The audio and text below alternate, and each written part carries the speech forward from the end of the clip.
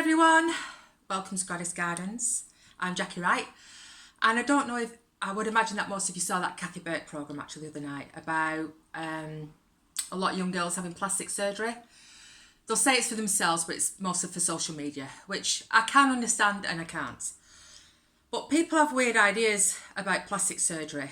I don't have any, and that's my choice, but partly because I'm just scared of maybe going a bit too far and not recognising myself, and partly because I can't afford it, simple as. But not only that, I think if I started now at my age, it would just highlight the rest of what was wrong with me. And, you know, I know what's wrong with me, so I don't want it highlighting. So there's a few reasons why I don't do it. It's not that I don't agree with it, it's just not for me. And people do different things to make themselves feel better. And I wear makeup every day. I absolutely wear it every single day, unless I'm not going out the house. If I have to go out the house, I'll put a big pair of glasses on and lipstick, and that's it. But that is partly because I grew up with my mum putting makeup on every day, and I think that is actually learned behaviour. It's just part of getting dressed for me. And there's people who don't wear makeup, and that's perfectly fine, obviously. But plastic surgery for me is a step too far. But people deal with things in different ways. And one of the things that Kathy Burke was saying was, she was speaking to this young girl who's about to have a boob job done, and she's only 20. And she just said to, you know, why are you having it done? And she said, well, partly for me and partly for social media. And I thought, that's actually quite sad, because you'll never feel as though you're good enough for social media. And I just thought, God, back in the day when I was 20, nobody had anything. You know, nobody had anything at all done.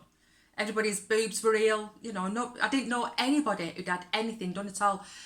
If they had, and it wouldn't be anybody I knew, it was probably somebody on the news or something, they'd had a facelift which was a proper radical, you know, scars behind the ears and stuff like that. Nobody had the nips and tucks that you can get now, which was totally different. And I think if I'd have gone for Playboy now, if I was 20, well, I was 24, I probably wouldn't go. I wouldn't have gone if I was that age now, because it's a totally different world. I would have felt under pressure to have my boobs done.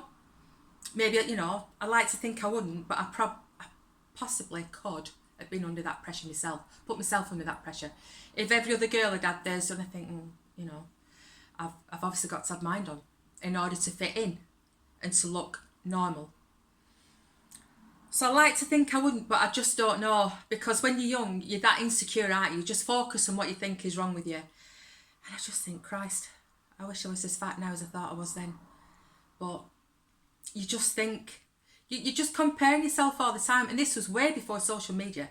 You're just comparing yourself to your friends, models, magazine adverts, all that.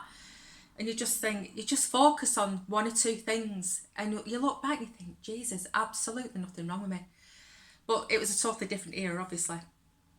But it was quite interesting to watch, and I know there's going to be a couple more programmes about that. But when we moved to Australia, I was quite conscious of sunbathing, because the Aussies don't sunbathe because everybody's got skin cancer. And I had a new mole sort of pop up. And it was here, like there. And it was like flesh coloured. But because it was a new mole, I got really, really paranoid about it. And I went to the doctor who referred me to a plastic surgeon who'd been trained in England, and then he'd gone to work over there. So when I walked in his office, he said to me, which mole is it? I said, it's this one. He went, oh, he said, which mole is it?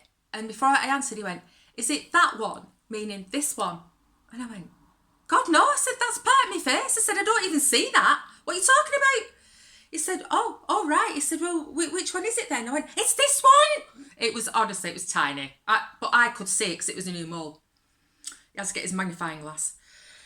So I had it cut off. And they checked it and it was perfectly fine. But he said, while I'm there, do you want me to take that off? And I said, no. I said, it's part of my face. I don't see that when I look in the mirror. That is part of my face. I'm aware other people notice it, but I don't notice it. So, and I'm glad I didn't have it done. But it just shows you, don't it? Like, people say, like, while you're here, you know, I can do that. And if you're up for it, why not? But yeah, I've never forgot that. So I've got a tiny, tiny, tiny little scar there. Tiny scar. But yeah, and that was it. So I was so conscious about skin cancer over there.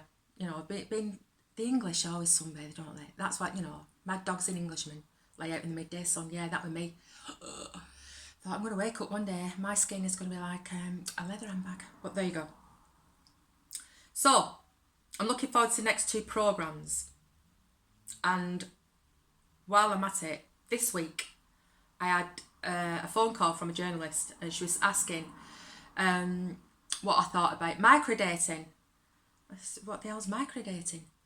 And she said, oh, it's a big trend in over 50s. Is it? Oh, yeah. I said, what is it? She said, it's where you just, you have a short length of time to go on a date, like dog walking or coffee. I went, all my dates are coffee dates. I said, there's a reason for that. All my dates are coffee dates, an hour tops. And from that, I'll invest the time or money if I want to go on, or if they want even, half the time they say no, don't forget, on a proper date. Microdating. So she said, well, why do you think this is? Why do you think people have got less time?